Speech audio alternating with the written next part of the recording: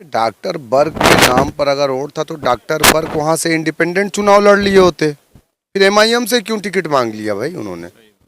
अगर उनकी ताकत थी संभल में तो इंडिपेंडेंट चुनाव लड़ लिए होते और लड़ ले, देख लेंगे उनकी क्या ताकत है। एमआईएम और बीजेपी दरिया के दो किनारे कभी एक नहीं हो सकते। ओम प्रकाश राजभर जी, उस भीड़ को देखने के बाद अंदाजा लग जाएगा कि हम मजबूत हैं या कमजोर हैं। किसी के आने जाने से हम कमजोर होने वाले नहीं हैं। चाय भी पिए और दही बड़े भी खाए, सारी चीजें हुई।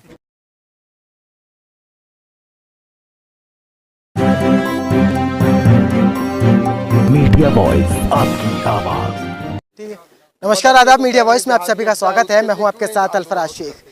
मीडिया वॉइस की टीम इस वक्त ढोलाना विधानसभा में है, जहां पर असदुद्दीन ओवैसी साहब की कल सभा होने वाली है। हमारे साथ मौजूद हैं एआईएमआईएम के प्रदेश अध्यक्ष शौकत अली साहब। सर, बहुत बहुत स्वागत है आपका मीडिया वॉइस में। शुक्रिया साहब। सर, सबसे पहली सवाल यही है कि तैयारी आपकी कैसी चल रही है? उत्तर प्रदेश में 100 सीटों पर लड़ने का आप दावा कर रहे हैं। 100 सीटों में कितनी तैयारी है, कितनी सीटें जीतने का दावा कर रहे हैं? देखिए, जीतने का दावा तो हम 100 का 100 कर रहे हैं। अब अल्लाह सुब्हानहू तआला हमको कितनी यहाँ पर आवाम की मोहब्बत दिलाता है, उसके दिलों में डालता है, वो तो इलेक्शन के बाद तय होगा। फिलहाल हम तो चाहेंगे कि हम 100 लड़ रहे हैं तो 100 जीत जाए। हम लोग ऑर्गेनाइजेशन पे अच्छा काम कर चुके हैं, लगभग 70% कंप्लीट है। जो बचा है इंशाल्लाह जल्द से जल्द उसको हम लोग पूरा कर लेंगे। 27 तारीख को क्या बड़ा होने वाला है? एक तरफ ओम प्रकाश राजभर जी कहते हैं 27 तारीख को बड़ा होने वाला है, कहीं ना कहीं झुकाव उनका बीजेपी की तरफ दिखाई दे रहा है। इसे किस तरीके से देखते हैं? क्या हम लोगों ने पहले दिन से कहा था कि एमआईएम और बीजेपी दरिया के दो किनारे कभी एक नहीं हो सकते। ओम प्रकाश राजभर जी अपनी पार्टी के राष्ट्रीय अध्यक्ष हैं, उनका फैसला है। वो बीजेपी के साथ जाना चाहते हैं, जा सकते हैं, लेकिन एमआईएम कभी बीजेपी के साथ नहीं जा सकती। वो बीजेपी का रुख करते हैं तो एमआईएम को कहीं ना कहीं कमजोरी होगी कि किस तरीके से? नहीं, एमआईएम को कोई कमजोरी नहीं होगी। कल आप देख लीजिएगा, मसूरी के अंदर बैरिस्टर असदुद्दीन ओवैसी साहब की जनसभा है और ना उसमें राजभर आ रहे हैं, ना बाबू सिंह कुशवाहा की भीड़ होगी, वो मजलिस इत्तेहादुल मुस्लिमीन की भीड़ होगी। उस भीड़ को देखने के बाद अंदाज़ा लग जाएगा कि हम मजबूत हैं या कमज़ोर हैं। किसी के आने जाने से हम कमज़ोर होने वाले नहीं हैं। हम ये चाहते थे कि उत्तर प्रदेश में बीजेपी को रोकने के लिए एक अच्छा अलायंस बनना चाहिए। राजभर जी ने कहा भी था, जान चली जाएगी बीजेपी के साथ नहीं जाऊंगा।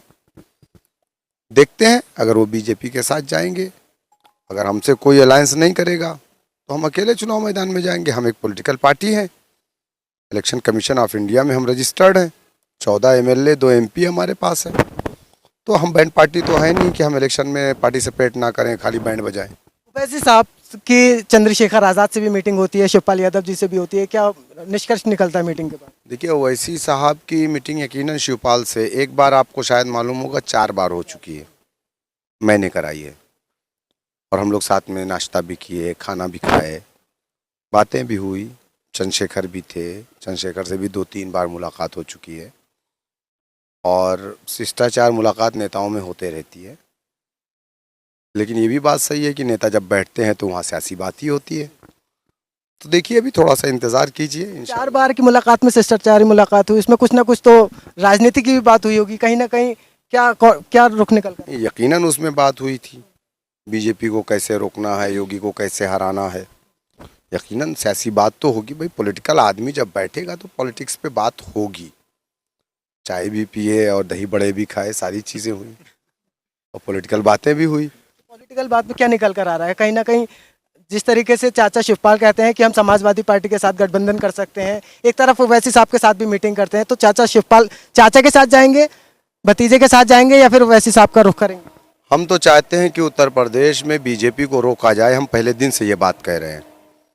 सपा बसपा मिलकर के बीजेपी को 2019 में नहीं रोक पाए। 2017 में आपको याद है ना, राहुल गांधी और अखिलेश यादव, यूपी को ये साथ पसंद है, लखनऊ में बस के ऊपर डांस कर रहे थे। क्या हुआ? हवा निकल गई। तो कांग्रेस समाजवादी मिलके नहीं रोक पाई, सपा बसपा मिलकर के नहीं रोक पाई। उत्तर प्रदेश में मुसलमानों की आबादी 20% है और मुसलमानों का जो सबसे बड़ा दल है उत्तर प्रदेश में, वो एमआईएम पार्टी है। और एमआईएम पार्टी जिसके साथ होगी वही एक मजबूत गठबंधन बन सकता है, वही बीजेपी को रोक पाएगा।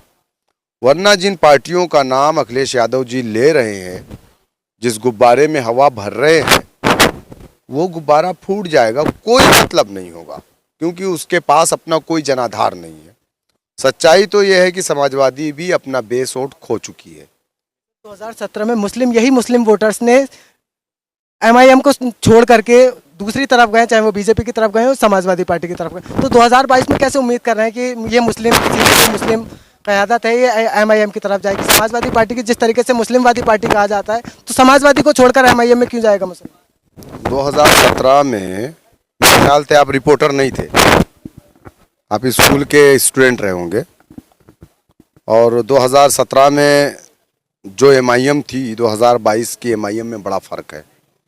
काशीराम जी ने एक बात कही थी कि पहला इलेक्शन हारने के लिए, दूसरा हराने के लिए और तीसरा जीतने के लिए। 17 में हमारा ऑर्गेनाइजेशन बहुत मजबूत नहीं था, फिर भी संभल हम रनर थे। 3 सीटों पर हमने थर्ड पुल किया था, समझ रहे कि नहीं। हैदराबाद की जो पार्लियामेंट की सीट है, 22 साल बाद हमने जीता था उसको, और 6 बार से हारे ही नहीं लगा, समझ रहे ना। इंतज़ार कीजिए, जो लोग हमें हल्के में ले रहे हैं वो बहुत बड़ी भूल कर रहे हैं। शायद वो महसूस नहीं कर पा रहे हैं कि ज़मीन पे इस वक्त एमआईएम की ताकत क्या है। आप संभल सीट का जिक्र कर रहे हैं, संभल से मैं बिलोंग करता हूं, संभल से ही रहने वाला हूं। संभल में जिस तरीके से आप कह रहे हैं कि सेकंड रनर रही थी एमआईएम, तो इस बार नया चेहरा है। आप मुशीर तरीन साहब को आपने टिकट का दावा करा है, उन्हें प्रभारी बनाया है, तो कहीं ना कहीं जो पूर्व प्रत्याशी हैं डॉक्टर बर्ग के नाम पर वोट मिला था, इस बार एमआईएम को वोट मिल पाएगा जिस तरीके से पहले मिला था? डॉक्टर बर्ग के नाम पर अगर वोट था तो डॉक्टर बर्ग वहाँ से इंडिपेंडेंट चुनाव लड़ लिए होते, फिर एमआईएम से क्यों टिकट मांग लिया भाई उन्होंने? अगर उनकी ताकत थी संभल में तो इंडिपेंडेंट चुनाव लड़ लिए होते, और लड़ ले, देख लेंगे उनकी क्या ताकत है। डॉक्टर बर्ग साहब चाचा हैं, 92 साल उम्र हो गई है उनकी। मैं उनके बारे में क्या कहूँ, और बस इतना ही कहूँगा कि उम्र उनकी ज़्यादा हो गई है और वो कुछ भी बोलते हैं तो वो दिमाग, जाहिर सी बात है 90 साल के बाद उतना काम नहीं करता है। रही बात संभल की, तो इंशाअल्लाह ताला मुशीर साहब अभी हमारे आवेदक प्रत्याशी हैं और भी हमारे पास फॉर्म आ रहे हैं, वहाँ से देखेंगे हम मजबूत विकल्प इंशाअल्लाह ताला वहाँ खड़ा करेंगे। चलिए, तो हमारे साथ शौकत अली साहब थे जिन्होंने अपनी बात रखी है। 2022 में दावा वादा कर रहे हैं कि 100 सीटों पर ये चुनाव लड़ेंगे और 100 सीटों पर लड़ने के बाद 100 सीटों ही जीतेंगे। अब ऐसे में देखने वाली बात यह है कि शौकत साहब की मेहनत और असदुद्दीन ओवैसी साहब की मेहनत कितना रंग लेकर आती है, कितना वोट मुस्लिम वोटर्स और हिंदू वोटर्स कितने वोट देंगे असदुद्दीन ओवैसी साहब की पार्टी को, और कितने विधायक यहाँ से बनकर जाएंगे, तो आने वाला वक्त ही बताएगा। आप देख रहे थे मीडिया वॉइस, शुक्रिया।